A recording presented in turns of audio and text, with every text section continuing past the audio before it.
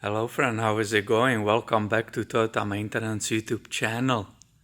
I have back in my shop for regular maintenance 2010 Toyota RAV4 with 4-wheel drive system, and she is being serviced here for the last couple of years.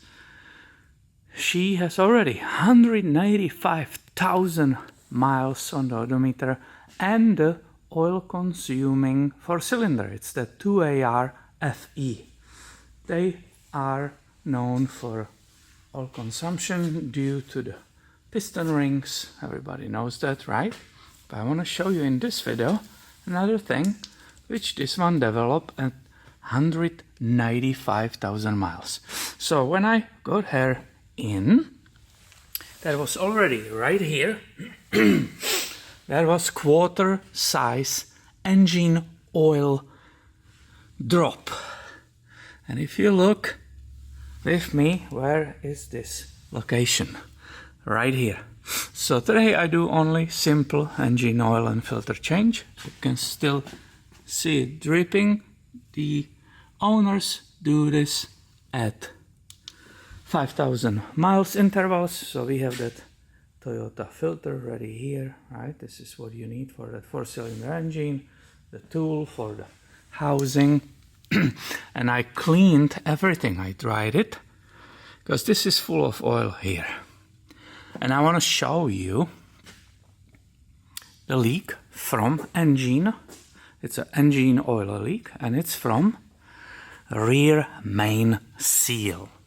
And what does this mean?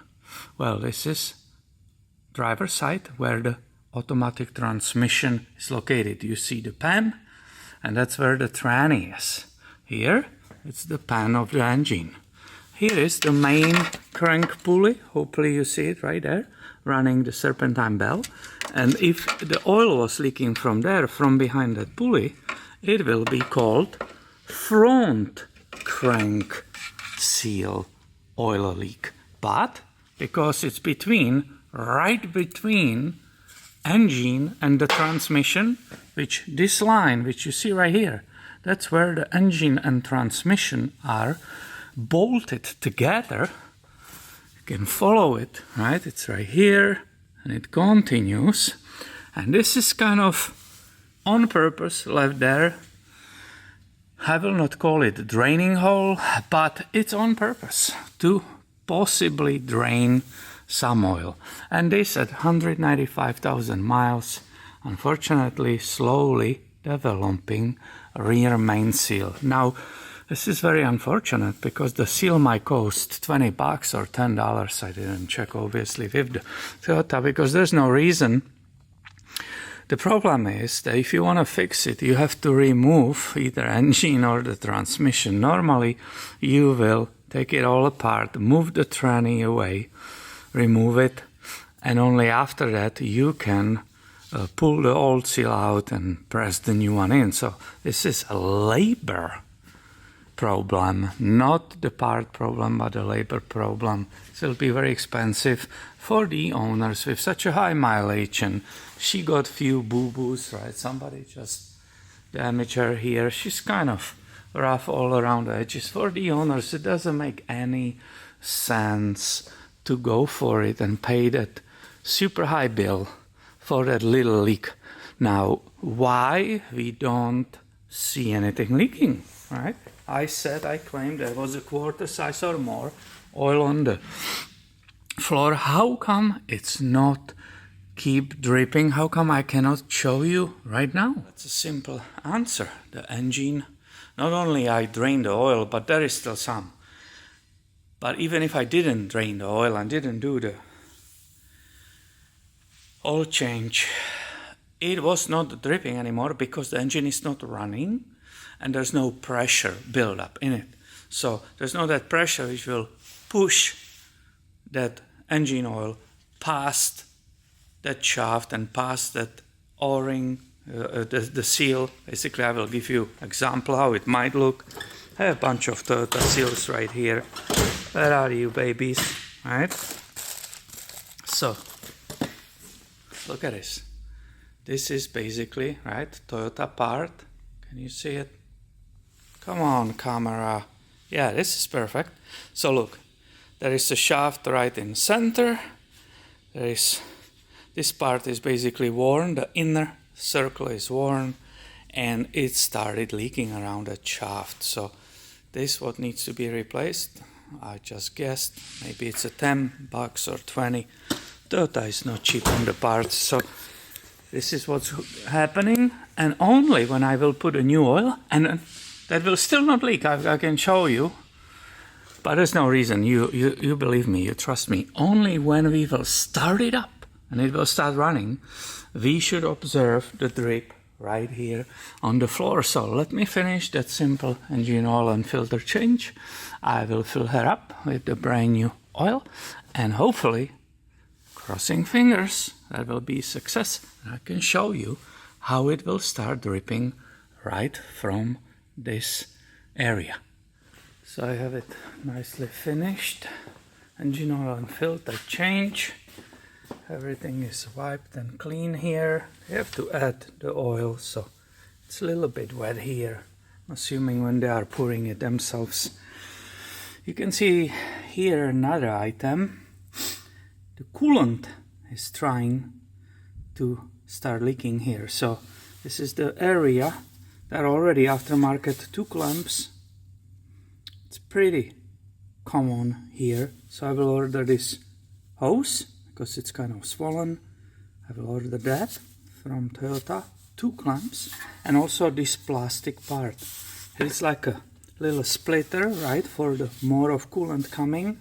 Always good idea to replace that, because you don't want to remove this hose, and you will install the new clamps and this will shatter because it's made of plastic. So I will definitely call the dealer after I am done today and order these parts when they will come for the next engine oil change. But let's go back to our possible rear main seal oil leak. But first I need to open garage door because I will be running engine here and I don't want to die from that exhaust gases, so that needs to get open immediately. The reason it was closed, it's because it's super cold, and also it interferes. The lighting is not good for filming, so that's all kinds of reasons. So you will see 194,557. I said it has 195,000 miles. Typical rattle for 1 second, right? When you change the engine oil, always happens, and it needs to go away in a second or a second and a half. It's a dual variable valve timing. That's the reason for that rattle. Let's lift her up as fast as possible so I can show you if I'm right or not about that rear main seal leaking. As I said, there was a substantial oil puddle. I am sorry I wiped it off. I didn't plan on filming this. Now we are doing it.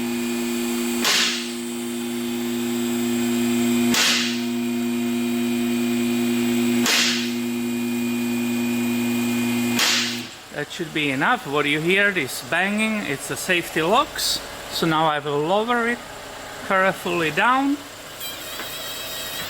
so the car doesn't sit on the hydraulic, but it sits on the safety locks. Do we have a winner yet? Do we have any oil? Let's see, let's grab the light. This is only minutes, I really just grabbed the light. And because we have new oil, it will be maybe hard to see, but I see it already. Let me put the light right here. I see the shine of the brand new 0W20 full synthetic oil. It's already coming through that hole. Let me watch with you. Oh yeah, it's so shiny, it's coming. And I personally, with my eye, I can see the oil is building right here. It's going to drip soon. So yeah, it's unfortunately confirmed. I don't want to be right in this case. If you think you will remove that plastic cover right here and you will look on the flex plate, which basically runs the starter, right? I did that. I removed that plate. I looked there. There's no way to film it for you, so it doesn't make any sense. But the flex plate with those teeth for starter is completely dry. So don't think if you just pop this open and you don't see anything that this will be not dripping right here, but it is. If it's collecting there, I hope the camera shows it. I see it absolutely clearly building up there, and that's a rear main seal oil leak. If you find this video helpful for your own DIY adventures, if you like the video, please give it a thumb up and stay tuned. I have way more coming your way soon. See you later, my friend.